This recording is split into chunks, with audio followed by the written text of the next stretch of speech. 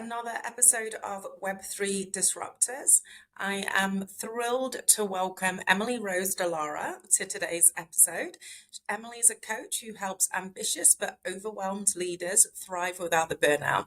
She was a marketing leader and CMO in Web3 and crypto for the last 7 years before turning her focus to supporting the people instead. She also has a podcast, Web3 and Thrive, and is a founder of Payant, which is a Web 2.5 escrow and payment solutions for freelancers and creatives. So, welcome to our show, Emily. We're so happy to have you. Thank you. Thank you. Thank you for having me. So nice. So nice to be surrounded by British people for a bit. I know, right? The familiarity is Yeah. good because you're sort of far-flung location as well, right? So I'm a Brit in Chicago, and Mhm. where are you based? I'm in Lyon in France. So there's like no one speaking English to me ever. And yesterday I was walking down the street. The best thing is when you've got dogs, everybody wants to talk to you. And I was like, wait, you're speaking English. Talk to me. Do you want to go to yoga together with me with the dogs? Yeah, Be it's my a good friend. it's a good attraction. I feel like dogs Mhm. and kids. Yeah.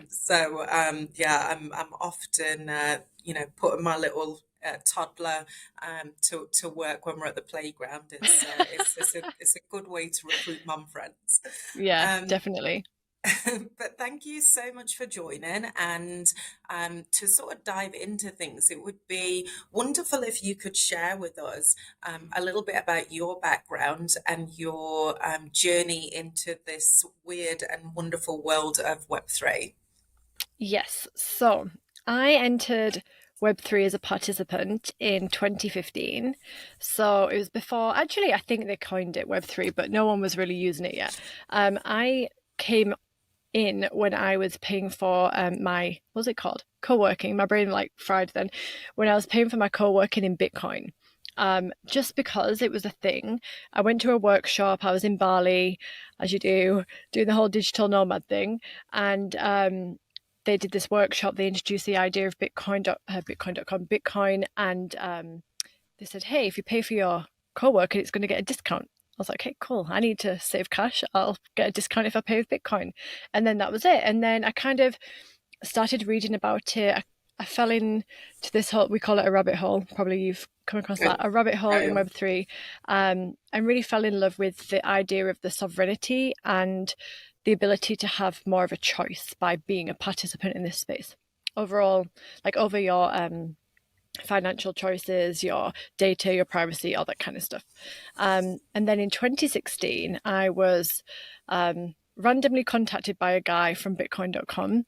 He'd been in touch with me about something else completely separate. And he said, hey, actually, I need a marketing manager. Do you want to come and work for us? I was like, yeah, sure. I like Bitcoin. I've heard about this. I know a bit about it. What do you need? And he's like, well, we need like a jack of all trades. Like, what have you been working on? And I was like, well, I'm tech, ex-tech. I can help you there. And he was like, perfect. And at the time, everybody who was joining the company was either a cypherpunk or they had no idea about crypto. So I was kind of like in the middle. And I went down the whole Bitcoin.com route, which was very much, if you know Roger Ver, you know the whole story. It's very much evangelical of a certain crypto that was called Bitcoin Cash. It's still around, but it was they how they perceived it to be was the true idea of what Bitcoin is meant to be. So we went around the world, we went all around Asia to all the conferences. We helped people to actually become merchants who accepted this crypto. So Tokyo in Roppongi, for example, I was based in Saigon, in Asia, in Vietnam, sorry. And in Roppongi, in Tokyo, everybody accepted crypto. It was like very normal. And this was like 2017. So Asia was huge on crypto, and that's kind of where it all started to move over to the West. So I was kind of there during this catalyst time where it was all kind of taking off. So that was really cool. and so I can imagine you've got a lot of stories from your tales and first foray into kind of Web3. How do you think the industry has sort of evolved since those early days to what we now see? Everybody who was in the space then um, was in it for a reason. Like they were so passionate about bringing whatever element it was of the cypherpunk era into their current lives. So there was a lot of emphasis on taxation, privacy, security, of accessibility of funding and cash. So at the time, it was very much focused on the people, the humanitarian use cases, being able to invest and have sovereignty over your own investments, all this kind of stuff. Back then it was more cause driven, I would say. People were more interested in what it meant to be part of this space. And as it grew and more technology evolved, like NFTs, metaverse, all the more superficial activities on top of the blockchain, people came in because of this, because they were interested in that idea and the different categories of the industry. So it's kind of shifted. Like, I like to always introduce people to my background, and I always ask everybody to go and have a look at the history of Bitcoin. And there's an amazing book called Digital Gold by Nathaniel Popper. I always try, even though the NFT nerds and the degens and all those kind of people, read this first so you fully understand why we're even here and how you can help us grow. Yeah, that's a great resource then. I will I'll add it to my list. It's Um, amazing. so thinking about your own personal career then, how did that ultimately end up evolving from what you started to do, right through to sort of to now where you find yourself in a coaching role?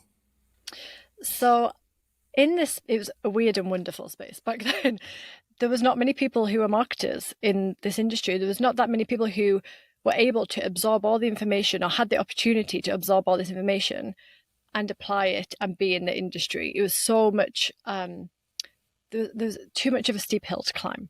So trying to recruit for this role was extremely, extremely difficult, which was great for me. So everybody was trying to recruit me all the time, constantly, for like the whole 7 years, which was amazing and great validation. And so I went into, for a year after Bitcoin.com, I was like, I want to be an advisor. I want to be a consultant. I want to just work for myself.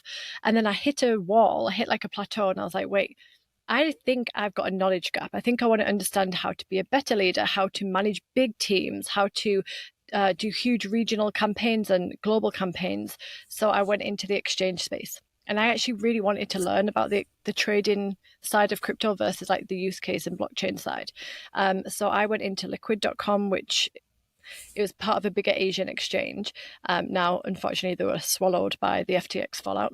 But that was amazing. I was head of global marketing, helped to build out all of their user flows, helped them go from a 6% retention rate to over 65% in 6 months. Wow. So, because it was so easy to me. Like, I came into the exchange, I was like, you're losing so many customers. Like, all you have to do is like redo this. And they're like, can you do it for us? And I was like, of course, let me try.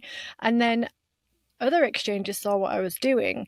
OKX, for example, came to me and said, hey, do you want to do like a 6-month contract to build out the product marketing team, do what you've just done with Liquid and get our retention rates up? And I was like, yeah, sure. Did that again. It's kind of like cookie cutter. And then I did the same with 2 other exchanges. And then I was like, wait, what do I want to do now? This is great and brilliant money, fantastic, get to meet all these different people, but it's kind of moving away from why I'm in this industry. It's very much corporate. And so I went into a CMO role to help build out smaller businesses. Sorry. So I went into a CMO role to build out smaller businesses for a portfolio fund. And so I was able to kind of be airdropped into different portfolio companies that were maybe had a CEO and that's about it, and an idea, who'd just been funded by this fund. And I would drop in and say, okay, here's what you need. This is the strategy. This is who you need to hire. I'm here as an advisor. I've got 3 other companies that I'm going to be doing this for. And it was kind of great to like be a CMO, but also work on my own time as well, and see these strategies actually work out, because the strategies change constantly, especially when the NFTs come in or they're building a metaverse and they're like, how do we even launch a metaverse? And it's really interesting to learn and research new strategies because no one's ever done this before. You could just try it and see. And then it's interesting to see when it starts to work and you can apply it to another project because it just worked for them over there. So yeah, it's really fun to like market things that have never been marketed before. Yeah. And so then how did that lead into becoming a coach for those that are really experiencing burnout? So I experienced terrible burnout during this period, but I kind of just kept going because I was in Asia, and when you work in an Asian culture and you're surrounded by similar, because it was a very big expat culture in Vietnam, but you're surrounded by similar like-minded people. It's like go, go, go, go, go, especially if you're in Mm, the crypto industry. And I was always fueled by this FOMO that if I stop, then I'm going to miss out on all this development and someone else is going to come in and take over. Um, and so that was kind of fueling me. But in the same time, I was building out a team that wasn't touched by that. So I was the umbrella and the team were thriving. And that's why we did so well, because I was able to bring in good people and nurture them. And so that was kind of ticking, okay, I'm really great at leading. Now I need to make sure that I'm working on myself. So I hired a coach and a mentor and started working with them as I realized that I was going to completely burn out and have to stop. And then it got to a year and a half ago, and I was completely like, I had my coach. I was like, okay, I'm doing the work, figuring out what the purpose was. And it wasn't marketing anymore. It was just, that was not what I wanted to do. I'd done it for 13 years and my purpose was not matching with it. And so, luckily, at that time, I got laid off, which is a weird thing to say, but I don't know. I think I would have probably dragged it on longer if I hadn't took the leap then, if they hadn't helped me take the leap. And so I got laid off just before all the other layoffs started happening. But luckily, I had a plan in place and I knew what I wanted to do. I'd started the work about a year before. I knew that my passion and my mission was to help this industry on an individual level. So I'd put all I could into it in terms of uh, marketing, helping everyone make money, but the leaders were all struggling because I'd really struggled and I had the initiative to hire a coach. Not many people come to that realization quickly, and it leads to burnout, and then they leave the industry, especially women. In fact, a lot of women don't come over to this industry because of the burnout culture and because of the discrimination and the fact that a lot of the companies surround themselves with, like the leaders and the founders of the companies, surround themselves with similar people to them. And so they just think, I'm never going to get to the role I want to get to. I may as well stay over here and do my thing. So I wanted to help these people. And at first, I was honestly, I was like, I'm just going to help women, women in non binary. That's my jam.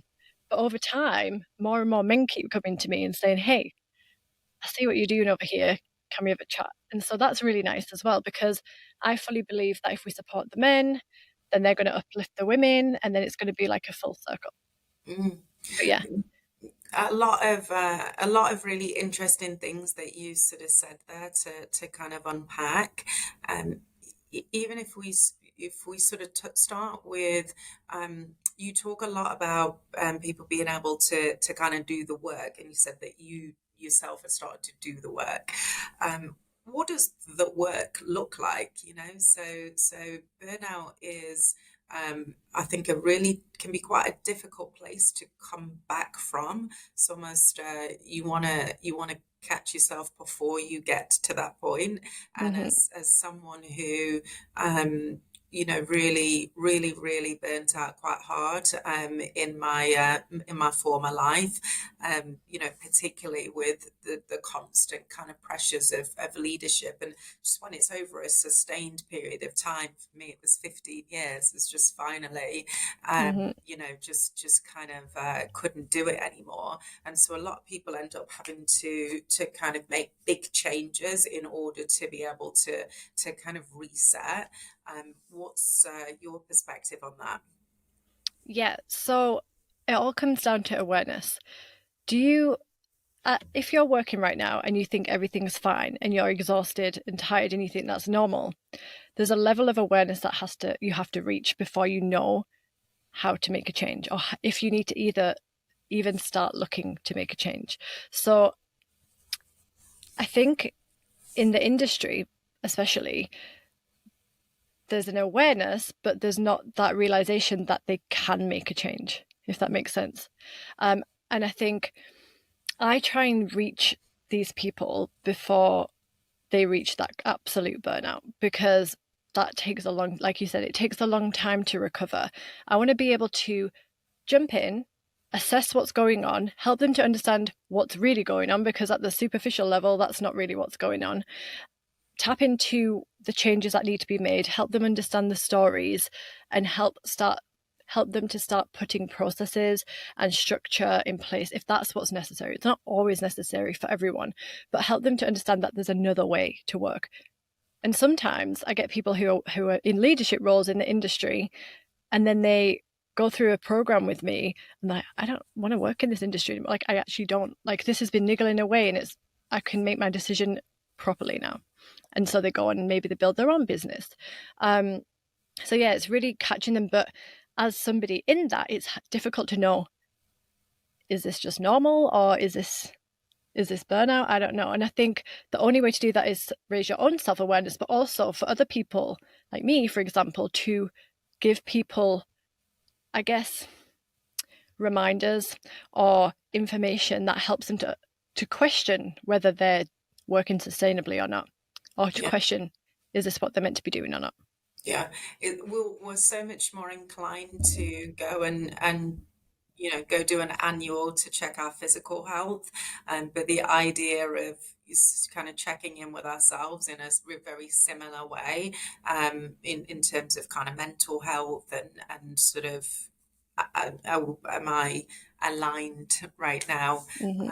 in terms of how I'm spending every day and what my true values are. I think that takes a lot more practice Yeah. to develop the awareness and the cadence, to do that, because it's similar to what you just said about your role within marketing. You spent all this time doing it and you were very, very good at it, that it can kind of get away from you, where you Mm-hmm. just suddenly, you don't even know when it was that you decided this isn't actually for me anymore. And just this idea that we're on this constant continuum where we Mm-hmm. evolve, and what excited us 5 years ago probably shouldn't still excite us.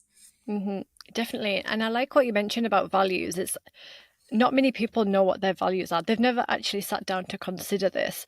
And if you're constantly evaluating, is what I'm doing aligned with my values and my beliefs and how I want to live my life, then you probably wouldn't stay doing the same thing for as long as you are right now. Yeah, that's right. But there's one thing I like to do, actually. I just asked someone this question today as well. To understand when you're out of balance, there's two things that you can do. You can look at, am I cleansing and am I feeding myself every day? Not in terms of physically, but in terms of mentally. So cleansing is stuff like meditation, walks in nature, dance, embodiment practice like yoga, for example, breath work. So that's one side, that's cleansing. And then the other side is feeding. So that's learning, reading, speaking to inspirational people, attending webinars, conferences, doing courses, right? That's feeding. So if you have a look at both sides, which one's out of balance, and start working there. Yeah. And a lot of the time it's the cleansing that's out of balance. hmm I mean, I think that's such a wonderful way to sort of frame it. And I'm curious why you say oftentimes it's the cleansing that's kind of out of balance. And if I think about it, from the perspective of particularly the Web3 industry, because it's so fast moving, it's almost a reflex action to be constantly trying to learn and to be better. And so you can sort of see how that part of things, is almost to such an extreme that the other pieces, it's almost very difficult to find the time, or the for it to meet the priority list, I suppose. Mm-hmm. Yeah, but if we see it like, your brain is like, okay, a trash bin, right? And so the more you feed it, it keeps filling up and filling up and filling up. And then you reach a stage, and most people come to me and say, I can't function this week. Like, I can't think. Like I'm sat there, I'm procrastinating. Like, why? I'm doing all this reading, like I'm trying to improve all the time. It's just not happening for me. I just feel like a mess right now, and my brain's not working. And I'm like, okay, let's have a look at what's happening. And usually it's because they're filling their brain constantly, constantly, constantly, and not taking this time to empty it of the stuff they don't need.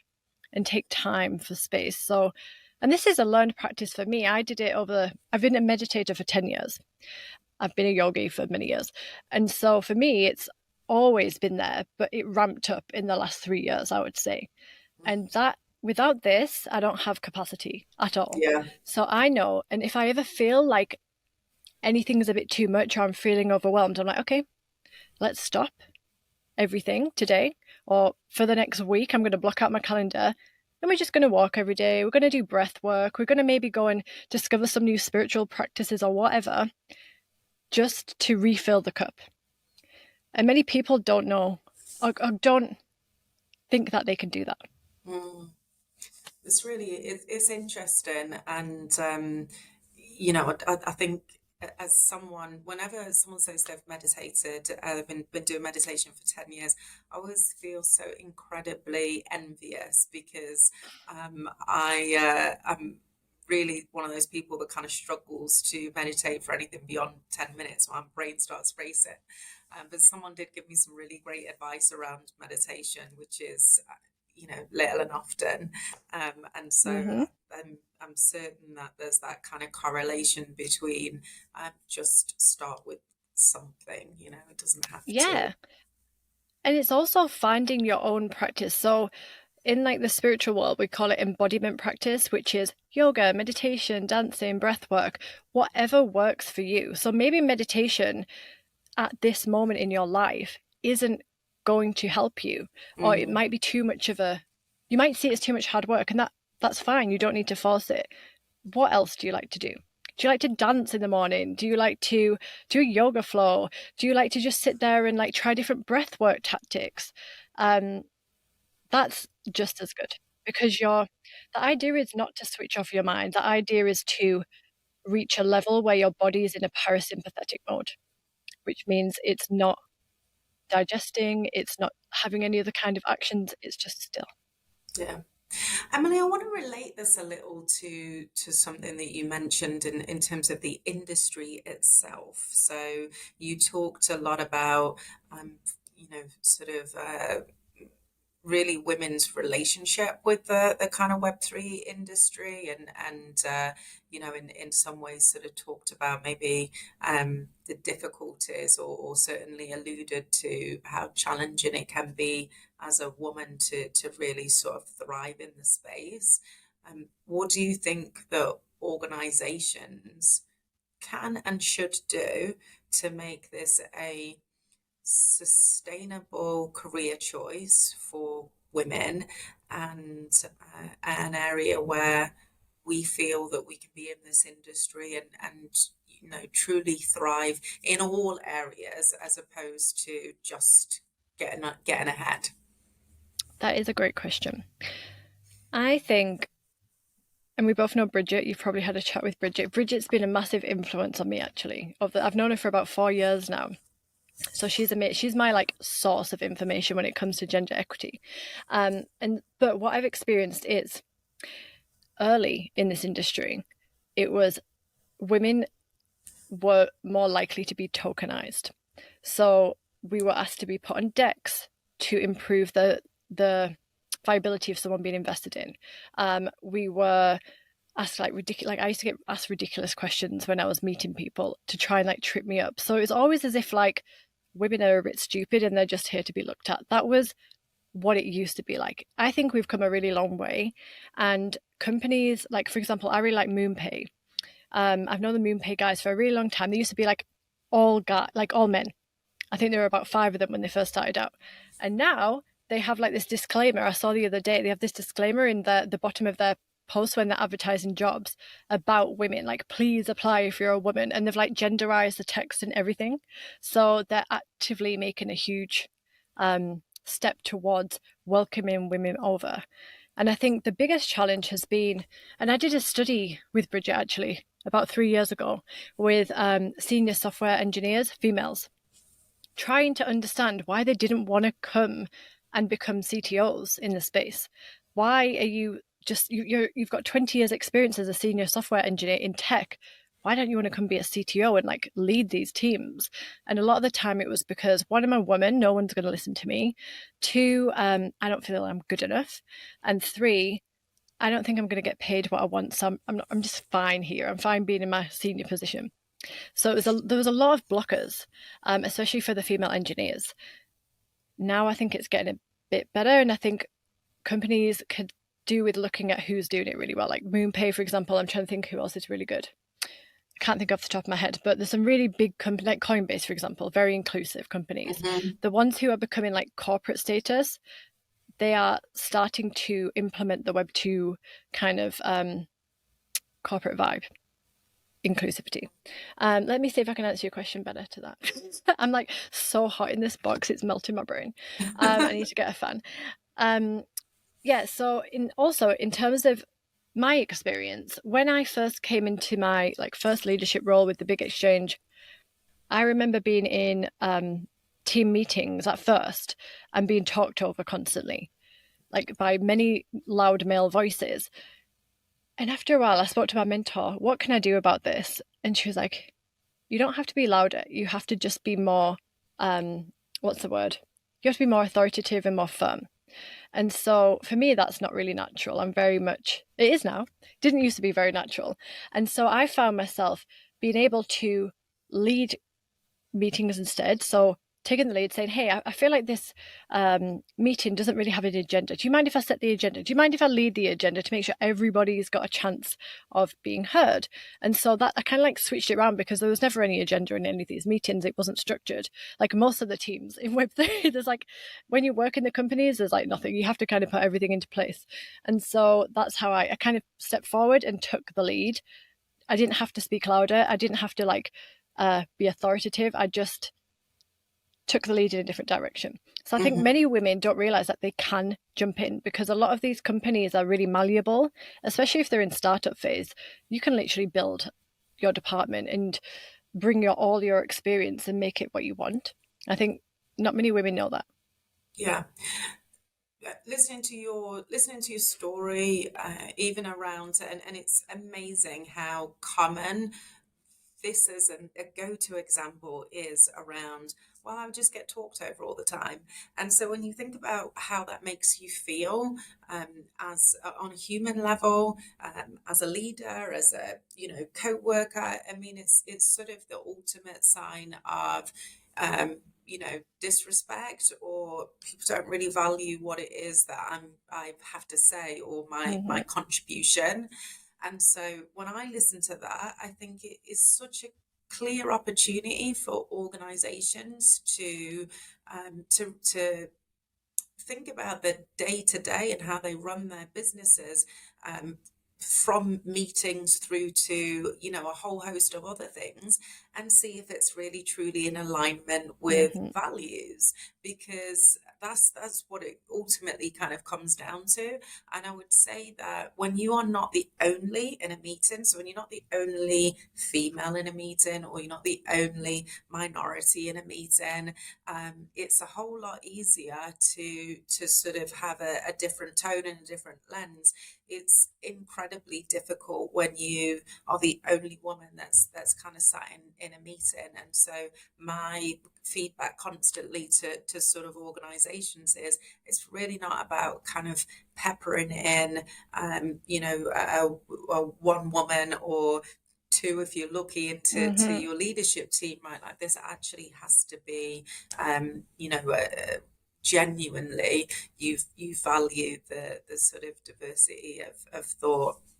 Yeah, it has to be at the core. And I love that you brought in the values, because I don't know if a lot of the companies know what their values are. A lot of the companies I've worked in don't have business goals yet.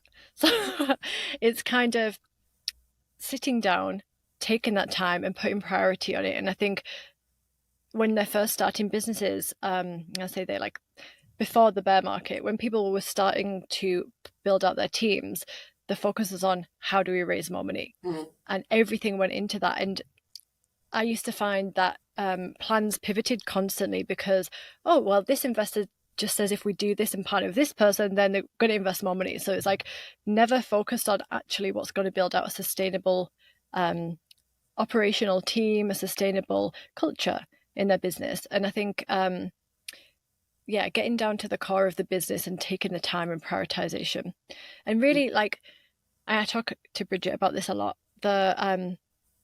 The younger founders, so the 24-year-olds who are developers, and they are just, we've built this cool product, we've managed to raise like $20 million. Let's just continue to hire 24-year-olds, which is great because they're giving younger people opportunities, but they haven't had that work experience to develop the maturity of dealing with different personality types, conflict, crisis management, understanding how to communicate with teams to get the best out of them. And so there is this element in this industry where I would say that's the wrong word. There is this part of the industry that is still kind of nascent, and the people are still nascent, and we need to figure out how to support them, the founders. Yeah, yeah, and it makes me think a lot around age diversity. So I was recently supporting a company on a C level search, a chief revenue officer that was going to go and kind of work for a very, very young CEO. And it was just nice thinking that they had really thought about what was going to be the right complementary sort of skill set. And so oftentimes that is someone who maybe has a little bit more skin in the game and some level of kind of a different level of maturity that they can perhaps bring to the business that can't be learned. That you there's Exactly. no shortcut to that. It just comes with having Yeah, some level of experience, for sure. exactly. And that's actually something I come up against. So I coach individuals in teams. So I go into the teams and their founders will say, okay, we're trying to progress this team member. Can you support them for the next 6 months? And so a lot of the time, this is they don't have the awareness yet that they're not lacking. It's just experience and knowledge, and that can Yeah. be gained. A lot of That's the right. time they're sat there thinking, I'm not good enough, and why am I not there yet? And it's just patience and Yeah. learning, and it's okay to lean on other people when you need Yeah. it. 100%. Well, Emily, I would love to just kind of wrap up with your other area of expertise, right? So, Hmm. your first love and your first passion being marketing. You talked a little bit about this sort of one of the later roles that you did where you might simply be dropped in with a CEO and is a CEO and an idea. Hmm. So for many of our listeners who may be in kind of quite similar situations or trying to make that leap from Web 2 to Web 3, what would you say are your kind of top tips for the sort of the direction that Web 3 marketing is kind of going and what people should be really focused on in terms of making the transition? So I would say, actually, I haven't been a marketer for like nearly 2 years now. So, but I do work with my partner in crime, Regan Alls. She is the marketing queen. I would say go speak to her. She's got a course. She's a coach in marketing and Web3. But from in terms of a leadership perspective and a person perspective, understand first of all what are your values and your boundaries, because being a marketer in Web3 is sometimes very chaotic. And if you don't have those boundaries, you're not able to set them with the person you're coming to work with. And then that starts with them what's the word? Impeaching on your boundaries, and then you start to overwork, and then you don't know what overwork is and you think it's normal, so it starts this like complete cycle. So that's number one. Number two is understand your strengths. What are you really good at? Because in the early days, if you were marketing, you would be doing everything. So you're a one-man show, and I discovered early on that product marketing was my game. Like, nobody was really focused on it. Nobody was really building out product flows and stuff, and understanding that this is your area and you now need to hire someone else to cover your back on another area. I think a lot of the time these CMOs get brought in because they're great marketers. They've maybe worked we call them like the AAA marketers. used to happen all the time in exchanges. They used to hire a very expensive CMO from Amazon, Google, Apple. They used to come in and like last 6 months because they were like used to the slower pace, used to doing the strategy, but they were expected to do everything. Mhm. So being very firm with what you're good at and then knowing who you need to hire is it's similar. It's the same in Web 2, but Mm. even more so it's needed in Web 3 because otherwise you will be pulled in every direction. It's good advice. Well, we've loved having you on the show, and we could honestly talk all day about some of these topics that I feel that we have literally just scratched the surface with. So hopefully we'll get the opportunity to bring you back at some point. Yes. But before we wrap it up, do you want to just kind of share with our listeners where they can find you, where they can follow you, where they can get more of Emily? Yes, so my channel is LinkedIn, so Emily Rose Dallara on LinkedIn. And then you can visit my website, Web3 and Thrive, to learn more about my coaching and team coaching. I have really cool success strategy stuff going on, and I'm running pilots for group coaching at the moment, which is very fun. If you want to get paid on time in crypto, you can visit payont.io. That's my other business. And yeah, everywhere else is Emily and Web3, every other social media. Love it. We will make sure that all of that is in the show notes. And thank you again for being here with us. And to our listeners, we look forward to bringing you another episode next week. Thank you.